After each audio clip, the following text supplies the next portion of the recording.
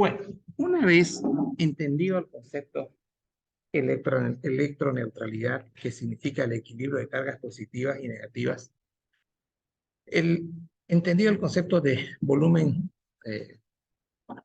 extracelular o volumen efectivo circulante, vamos a empezar con el tema de hiponatremia. Primero, hiponatremia. En este primer concepto, aquí vemos en esta diapo causas, alguna pregunta que me acaban de hacer. ¿Cómo se genera hiponatremia? Estos son causas extrarrenales, vómitos, diarrea. El paciente, claro, claro.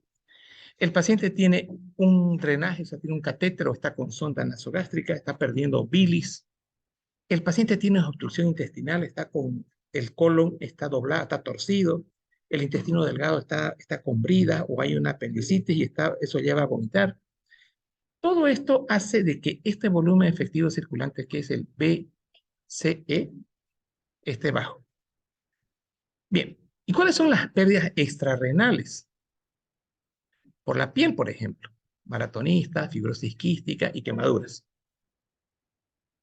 Y acá viene un concepto que también quisiera que lo tomemos en cuenta. Esto, ya sabían ustedes que toda vez que hay disminución del volumen efectivo circulante, recordatorio, choque hipovolémico, se va a liberar el simpático. Y miren lo que aquí es el simpático. El simpático va a producir este simpático, va a activar al nodo sinusal y vamos a tener nosotros acá taquicardia. Eso no es novedad. Pero este simpático va a favorecer también que se libere ADH. Este simpático va a liberar renina. O sea, no estoy hablando de hipoperfusión, fíjense. Estoy hablando del simpático como tal.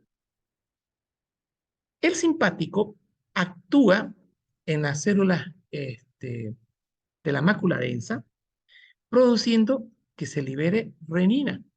Y automáticamente la renina se va a convertir en angiotensina 1, luego en 2, y ahí tenemos la presencia de aldosterona. Entonces, dos cosas para su aprendizaje de ustedes hoy día. Tenemos liberación activación del sistema de renina y angiotensina de aldosterona en una hipovolemia clásica por hipoperfusión renal. Eso ya lo hemos venido repitiendo. Segundo aprendizaje, tenemos liberación de renina, angiotensina, aldosterona a través del simpático en forma directa. ¿Estamos? A través del simpático en forma directa. Entonces sería como la estimulación directa de lo que es la adrenalina Exacto, estimulación directa de la adrenalina sobre el riñón. Me gusta eso como resumen. Estimulación directa de la adrenalina sobre el riñón. Y como sabemos que esos son células de la mácula densa, ¿no? Ya. Blas, Laura, el tiempo vaya controlando 40 minutos. Bien, entonces aquí tenemos este concepto. Ya, esto está bien. Bien, ya tenemos la presencia entonces de aldosterona y la aldosterona lo que va a hacer es absorber sodio, absorber agua. Eso no cambia. ¿Para qué? Para corregir esta disminución del volumen. Miren, fíjense acá, bajo, ¿no? Miren, aquí está ya controlado, o sea, se ha compensado. Miren, aquí me tomé un tiempito, le hice este dibujito de la siguiente manera. Ventrículo izquierdo, sistema arterial, y aquí vean ustedes, tengo arteriolas. Cuando yo tengo el simpático activo a través de noradrenalina, receptores alfa, van a actuar a nivel de este músculo liso. ¿Y qué van a producir? Vasoconstricción y consecuentemente aumento de la resistencia periférica. O sea, son las dos cosas que van juntas. Contraigo y que esta sangre para poder pasar acá no le va a costar. Eso se llama, porque está vasocontraído, resistencia periférica aumentada. Paralelamente, este simpático me va a producir taquicardia, me va a producir aumento también del gasto cardíaco por propiedad inotrópica, por la misma taquicardia, y vamos a venir a compensar este volumen efectivo circulante. Y acá la definición que les puse en la pizarra. El volumen efectivo se define como verdaderamente cómo se perfunde el territorio capilar. Y obviamente que eso depende del gasto cardíaco o del gasto cardíaco o que vendría o del 60% de fracción de eyección, que es lo fisiológico. Por otro lado, veamos acá lo siguiente. Sabemos que el simpático se va a activar cuando el volumen circulante efectivo esté bajo, y esto que va a ser taquicardia, gasto cardíaco y vasoconstricción. Entonces, esta va a ser, esto que estamos viendo acá, la taquicardia y el aumento de la resistencia regulan, es la regulación de la presión arterial a corto plazo, es así, inmediato. Esto está sucediendo en un cuadro de hipovolemia que va a terminar con hiponatremia. Bien, ¿qué tengo acá? Tengo lo siguiente. Acá. Seguimos con hiponatremia y la causa de hiponatremia habíamos dicho que era tercer espacio, pancreatitis, edema, diarrea. Estas son causas renales o extrarrenales, uso de diuréticos, déficit de mineralocorticoides. Señores, cuando yo digo déficit de mineralocorticoides, estoy hablando básicamente de lo que es aldosterona. O sea, hay patologías como es el Addison, que hay una disminución de la síntesis de aldosterona. Y si yo tengo disminución de la síntesis de aldosterona, ya no tengo absorción de sodio en el tubo colector, ¿no ve? Y eso me va a bajar el sodio a nivel del intravascular. Entonces, por eso he puesto extrarrenal. Y la segunda parte de esta clase va a ser el cerebro perdedor de sal, que eso es lo que se habla mucho en todo servicio de emergencia o de neurología. Entonces, miren acá. Estas son las causas del volumen efectivo circulante bajo. Hipovolemias del 10% ya van a ser sensados por estos receptores de volumen que habíamos dicho. ¿Y qué se libera? ADH. ¿Qué hace la ADH? Incrementa la reabsorción de agua en el túbulo distal. Y miren este detalle que se lo puse de rojo. Libre de solutos. O sea, le va a entrar ahora agua al... Primero le entró sodio, ¿no ve? A través de aldosterona. Le va a entrar tal cantidad de agua que lo va a diluir el sodio. Lo estamos llenando, lo estamos inundando de agua pura. Porque acá dice, incrementa la reabsorción de agua libre, en el túbulo distal, libre de solutos. Entonces, se va a diluir el sodio y esto es lo que va a causar ahora las hiponatremias que se consideran un sodio por debajo de 135. Entonces, ¿cómo, cómo se producen las hiponatremias con volumen efectivo circulantes? Gracias a la liberación de ADH. Y eso es lo que decía la autora Sonia Kunz. Decía, las hiponatremias todas están mediadas por ADH, todas. Y hay unas mediadas por ADH que son autónomas. Esta no es autónoma porque esta está dependiendo, esta neurohipófisis está liberando ADH porque hay una hipovolemia. Entonces, conclusiones.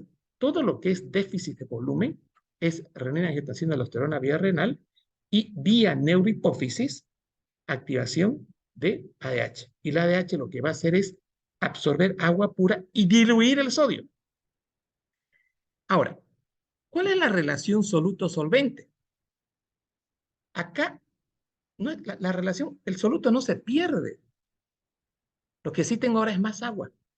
Entonces, aquí tengo, porque absorbíamos sodio acá, en el otro lado, pero ahora yo absorbo más agua. Entonces, hay un desequilibrio. Entonces, se altera la relación soluto-solvente en favor del solvente, que es el agua, lo cual nos va a causar la hiponatremia. Toda esta clase que les estoy dando hoy día está actualizada con este libro, Medicina Interna, Trastornos Hidroelectrolíticos del Estado Ácido Base. Bien, ahora, miren, esto que a veces está tan complicado entenderlo, así de sencillo para hiponatremia con déficit de volumen. Y ahora vamos a hablar de otro concepto. Hiponatremia euvolémica. ¿Cómo es eso? Hiponatremia euvolémica. O sea, volumen efectivo circulante normal, pero va a haber hiponatremia. Esto fue descrito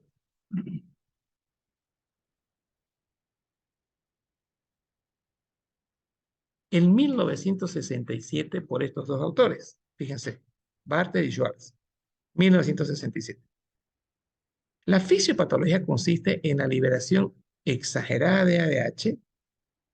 Y miren lo que dice acá, estímulos no osmóticos. Acabo de decirles a ustedes que la ADH se liberaba por subida de la osmolaridad, más de 301. Cuando el 2% de esa osmolaridad sube, o sea, 306, 307, automáticamente se libera ADH. Pero esta patología no tiene nada que ver, absolutamente nada que ver con estimulación osmótica. ¿Por qué? Porque, miren esto, es autónoma. Síndrome de secreción inapropiado, no es apropiado. Está alterado eso, ahorita lo vamos a ver por qué. Entonces es un ADH que se está produciendo en otro lugar. Ejemplo, pulmón. Entonces, es una secreción inapropiada de ADH. Y esto es lo que traía este libro de Mediterráneo, de la doctora que les había comentado. Es autónomo. Entonces, partamos de eso. ¿Estamos? Hay una ADH ahí que aparece en forma autónoma y que otra vez se va a llevar a cabo esto. Se va a alterar.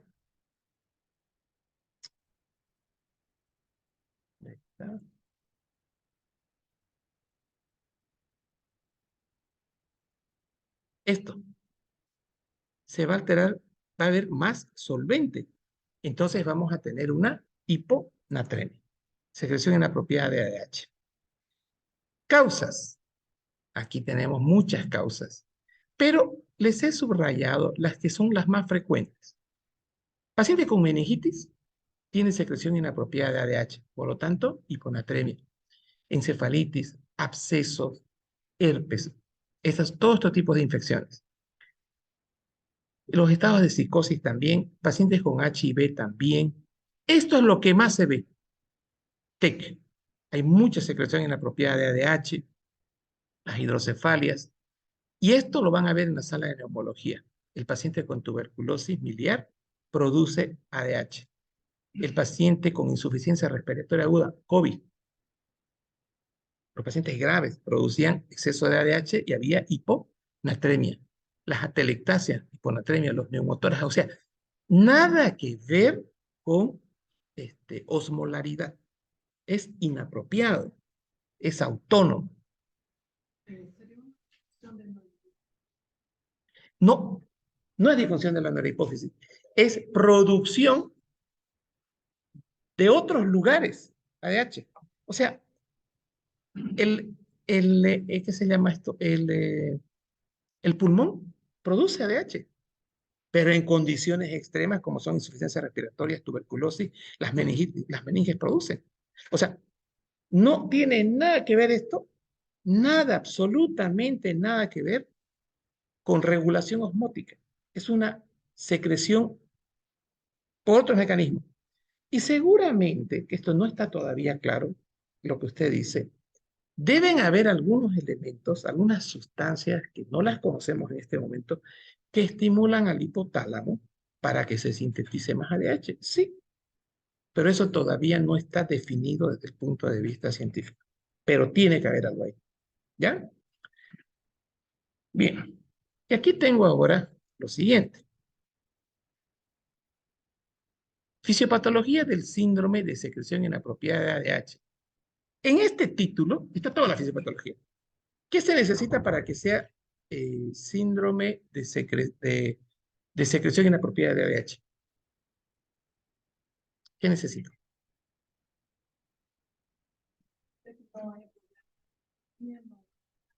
No es hipovolemia. No. Exacto. Necesito que haya ADH circulante en abundancia. en forma inapropiada, más de 50 picogramos. O sea, que haya mucha DH, que no tiene nada que ver con lo que acaban de mencionar. Entonces, ahora vamos a aprender a manejar esto de acá, va a potenciar la acción del péptido natriurético auricular que va a causar natriuresis. Aquí está toda la explicación. Miren acá, me tomé el tiempito de hacer esto para ustedes. Aquí dice aurícula derecha. ¿Qué es esto? Distensión.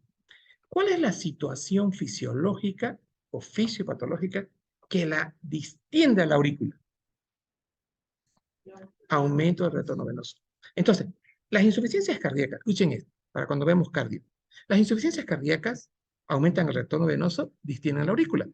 Esto va a liberar, va a producir estas paredes una sustancia que se llama factor natriurético auricular, el PNA. Eso siempre va a ser así. Cada vez que tengamos aumento del retorno venoso, distendemos aurícula y la aurícula produce intensas cantidades de factor natriurético auricular. Bien. ¿Y qué va a hacer este factor natriurético auricular? A nivel renal, miren esto, va a producir, esta es la palabra que quiero que aprendan, va a producir inhibición. Entonces, si yo digo va a producir inhibición, les estoy diciendo que no se va a absorber sodio. No va a haber absorción de sodio en el túbulo proximal. No va a haber. Entonces, si se cierran las compuertas para la absorción de sodio, ¿qué va a pasar con ese sodio? Se va a excretar. ¿Y qué me va a llevar? A déficit de sodio de soluto en el intravascular. Por lo tanto, hiponatremia. Tengo hiponatremia. Entonces, esta acción de que el péptido natriurético auricular produce la inhibición de la absorción de sodio va a generar un mecanismo que se llama ahora natriuresis, de excreción de sodio. O sea, ese sería todo el texto completo. La inhibición de sodio, de la absorción de sodio, genera natriuresis de excreción de sodio. Consecuentemente, pero miren esto, el sodio corporal total va a estar disminuido. O sea, porque lo estoy perdiendo, porque no estamos entrando. ¿Recuerdan ustedes que hay un concepto en fisiología? 99.9% del sodio se absorbe. Con esa absorción del 99.9% que se absorbe a nivel renal, yo tengo un sodio plasmático de mayor a 135, pero ahora estoy con natriuresis. Por lo tanto, voy a hacer hiponatremia. Ahora, todo esto que ven acá estaba en una página en el libro. ¿Cómo hago el diagnóstico de secreción inapropiada de ADH? Porque estos pacientes van a ser normovolémicos. O sea, a pesar que yo estoy perdiendo sodio, estoy liberando ADH y se mantiene el equilibrio, porque fíjense, estoy con retorno venoso aumentado. Van a ser normovolémicos. Repito, secreción inapropiada de ADH va con normovolemia. ¿Estamos? Normovolemia. ¿Y qué va a pasar con mi sodio urinario? Partamos de acá. ¿Qué había acá? Entonces, ¿cómo va a estar el sodio urinario? Aumentado, mayor a 40 miliequivalentes. O sea, no están aprendiendo de memoria. Hay natriuresis y automáticamente mi sodio urinario tiene que estar aumentado, mayor a 40 miliequivalentes. Cuando yo tengo, escuchen este detallito, esto ya es clínico, les va a servir de aquí 3 años y para el examen también. Cuando yo tengo hipovolemia, ¿hay secreción inapropiada de ADH? ¿Falso o verdadero? Falso. Vuelvo a repetir. Tiene que haber para el diagnóstico normovolemia. Entonces, si yo pido un sodio urinario y me sale mayor a 40, o sea, con natriuresis, descarto hipovolemia. Aprendimos en la última clase pasada en el que en los cuadros de hipovolemia se activaba la aldosterona y absorbía sodio, ¿verdad? ¿Se acuerdan? ¿Y cómo va a estar el sodio urinario? Bajo. Entonces, un sodio urinario bajo me puede estar reflejando hipovolemia. Ojo, Aquí yo tengo normovolemia. Entonces, si mi sodio urinario es mayor a 40, ya desde el punto de vista bioquímico, estoy descartando una hipovolemia y me estoy quedando con normovolemia. Obviamente, los pacientes con hipovolemia van a tener, como estaba el paciente de anoche, piel, ¿cómo se llama esto? No turgente, deshidratada, signo del pliegue, ojos hundidos, lengua seca. Eso va a ser las manifestaciones de hipovolemia. Este paciente descarta hipovolemia el hecho de tener un sodio urinario más de 40. ¿Y cómo lo justifico? Porque en las hipovolemias hay absorción de sodio por aldosterona. Entonces, esto me descarta hipovolemia o hipervolemia. Insuficiencia cardíaca es hipervolemia. En la insuficiencia cardíaca hay bajo gasto, ¿cómo es? Bajo gasto cardíaco, hipoperfusión renal, aldosterona, absorción de sodio, ¿no ves? Entonces, el sodio va a estar bajo. Entonces, también me descarta hipervolemia e hipovolemia. Sodio urinario mayor a 40 me descarta hipovolemia e hipervolemia, porque están actuando la aldosterona. Ahora, vamos a entender el mecanismo. Aquí les puse ADH en grandes cantidades, ¿cierto? Entonces, aquí vamos a hacer esto.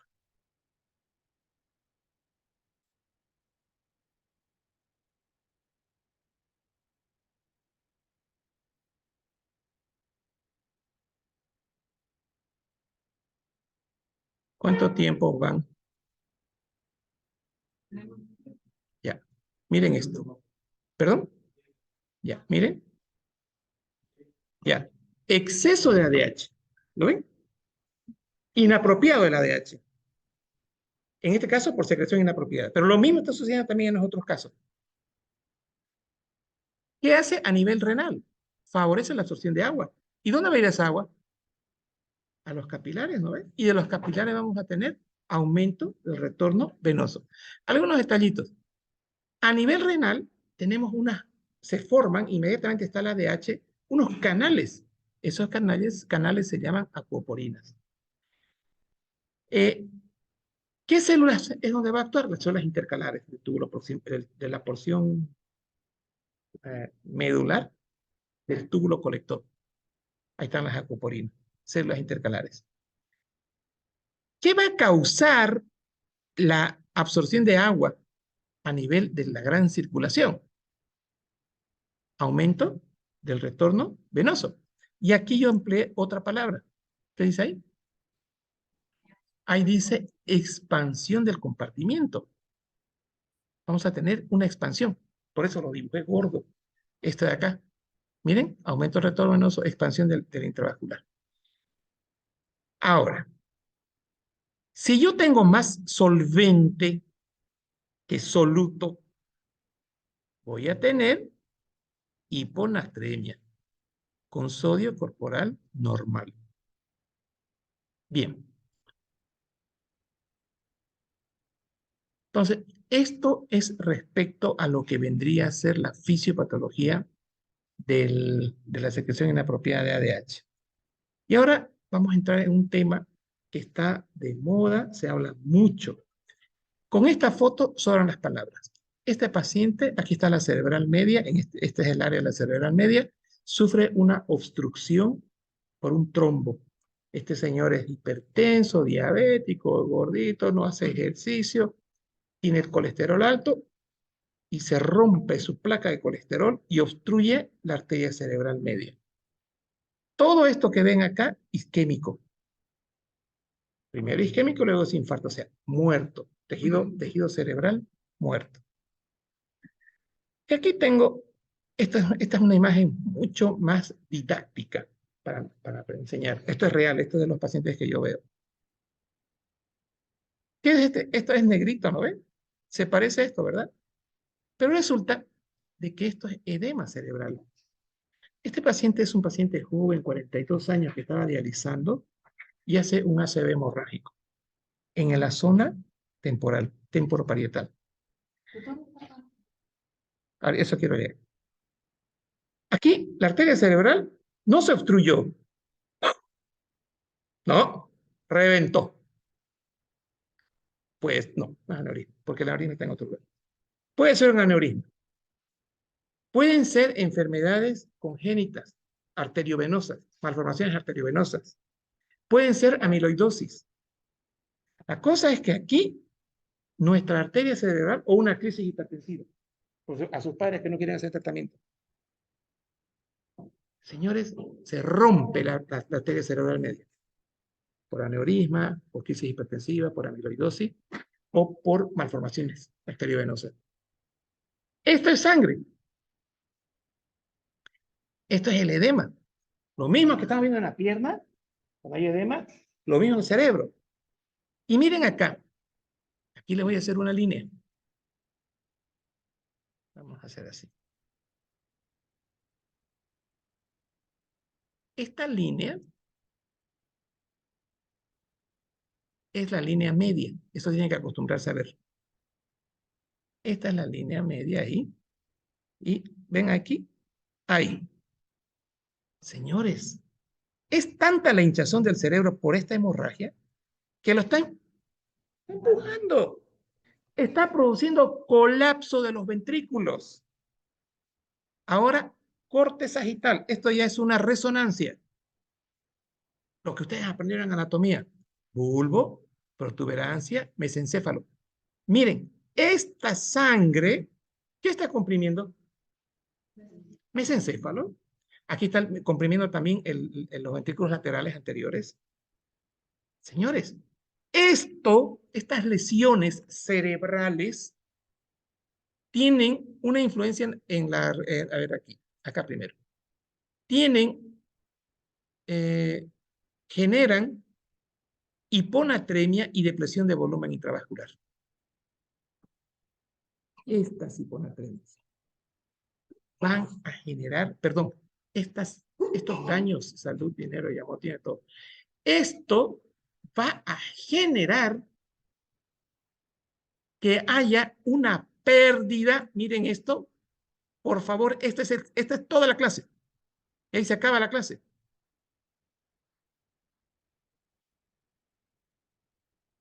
¿Qué van a generar estas lesiones cerebrales? Inapropiada renal de sodio. Inapropiada. O sea, el organismo empieza a perder sodio, el riñón, por lesión cerebral. En el contexto de una enfermedad intracraneal generan, si hay depresión de sodio, si hay natriuresis de sodio, ¿qué va a haber? Hiponatremia. ¿Qué va a haber? ¿Qué va a arrastrar esto? Depresión de volumen intravascular. O sea, van a ser hiponatremias con volumen efectivo circulante bajo. Ahora, lo que van a aprender es cómo se pierde el sodio. En el anterior era péptido natriurético auricular, en la secreción en la propiedad de ADH. Y aquí, ¿cómo es que estamos perdiendo sodio? El cerebro influencia en la reabsorción de sodio a través de mecanismos humorales y neurales, lo que explica que cualquier daño en alguno o en ambos mecanismos conduzcan al aumento de la excreción de sodio. O sea, el cerebro, en otras palabras, tiene en forma fisiológica, tiene un peso, una regulación sobre la absorción de sodio. Y eso es lo que les voy a explicar ahora. Esa regulación en la absorción de sodio queda abolida. Y acá viene lo siguiente. Resulta de que cuando hay estas lesiones, acá, vamos a tener con una palabra, supresión del simpático. ¿Qué significa, qué está significando la palabra supresión del simpático?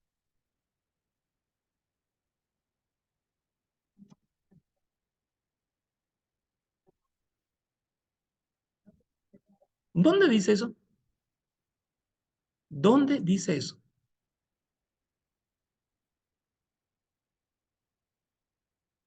Supresión del simpático por las lesiones del cerebro. O sea, ¿qué se entiende? ¿Ya? ¿Pero qué va a pasar con el simpático? No hay acción del simpático. Supresión del simpático. Ya, más facilito. no acción del simpático. Está bloqueado el simpático, está inhibido, señores. El simpático está inhibido.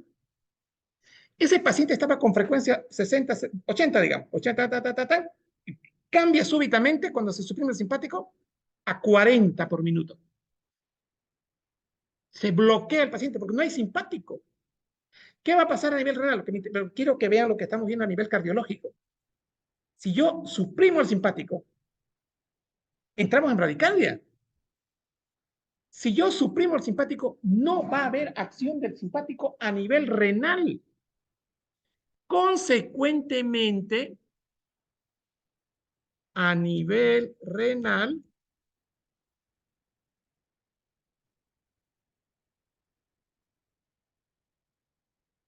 ¿qué vamos a tener? Vasodilatación de las arterias renales.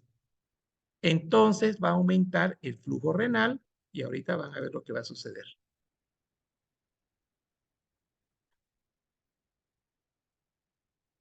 Señores, ¿entendieron esta palabra? Supresión del simpático por las embolias o por el ACV hemorrágico. No hay acción del simpático, en otras palabras. ¿Estamos?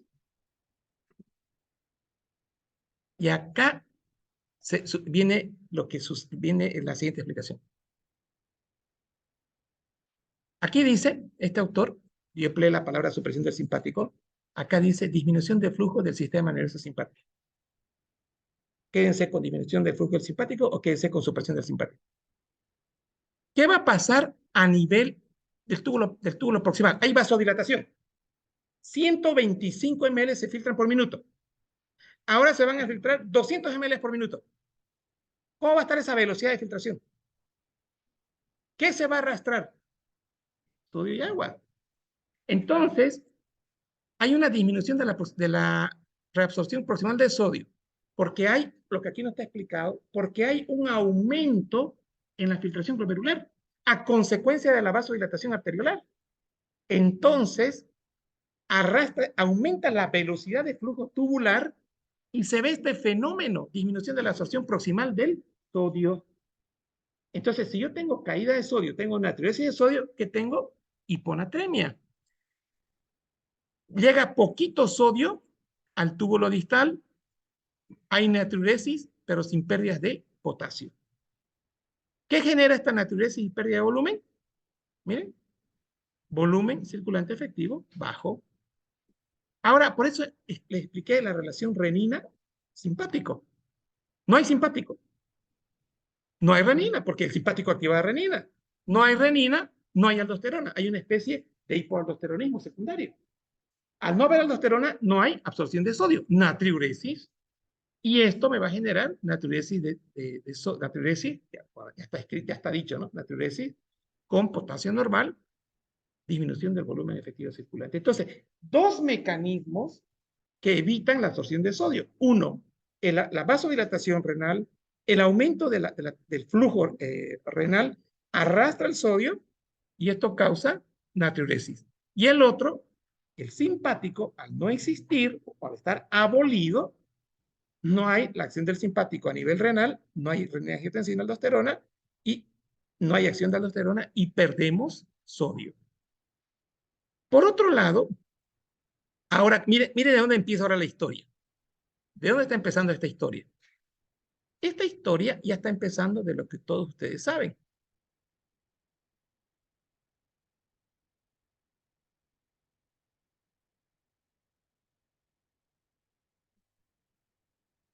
Así es. ¿Ven? Ya saben ya la historia ustedes. Disminución del volumen efectivo circulante, aumento de ADH, eso ya lo saben, y aumento en la concentración urinaria. Absorbe agua y hay hiponatremia. O sea, aquí la primera parte que tienen que aprender es cómo no se absorbe el sodio. Los dos mecanismos de no absorción de sodio por la supresión del simpático, por el ACV, generan hiponatremia y generan este mecanismo, este. Y este va a generar este de acá. ¿Listo?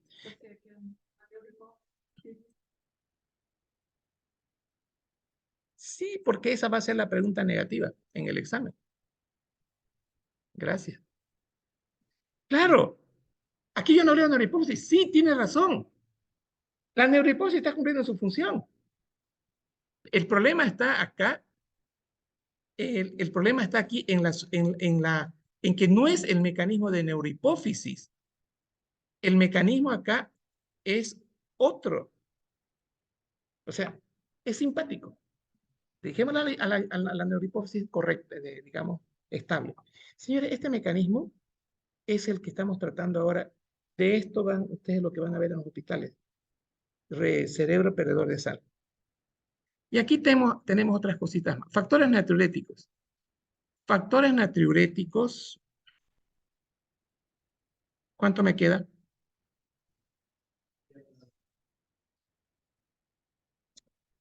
¿Será que tengo todavía? Ya. ¿Efecto inhibitorio directo en el transporte de sodio en el túbulo colector medular? Sí, porque por el aumento del flujo. ¿Efecto inhibitorio directo en la liberación de renina? Sí, porque no hay simpático. ¿Efecto inhibitorio directo en la liberación de aldosterona? Sí, porque no hay renina, no hay simpático, no hay renina, no hay aldosterona. Y disminución directa del impulso simpático aferente. ¿Por qué pone aferente? Hacen complicadas las palabras, ¿no? Porque está causando vasodilatación. Entonces, vasodilatación, aumento del filtrado glomerular, aumento de la velocidad de flujo y reducción de la absorción de sodio. Bien. Y todo esto va a generar un volumen efectivo circulante bajo. Hay volumen efectivo circulante bajo y automáticamente ADH, eso es automático porque hay receptores de volumen que se activan cuando hay el 10%. Aumenta la concentración, la absorción de agua, aumenta la concentración urinaria y aquí tengo hiponatremia. Bien. ¿Cómo hago?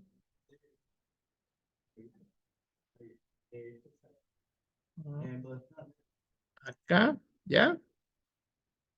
Ahora,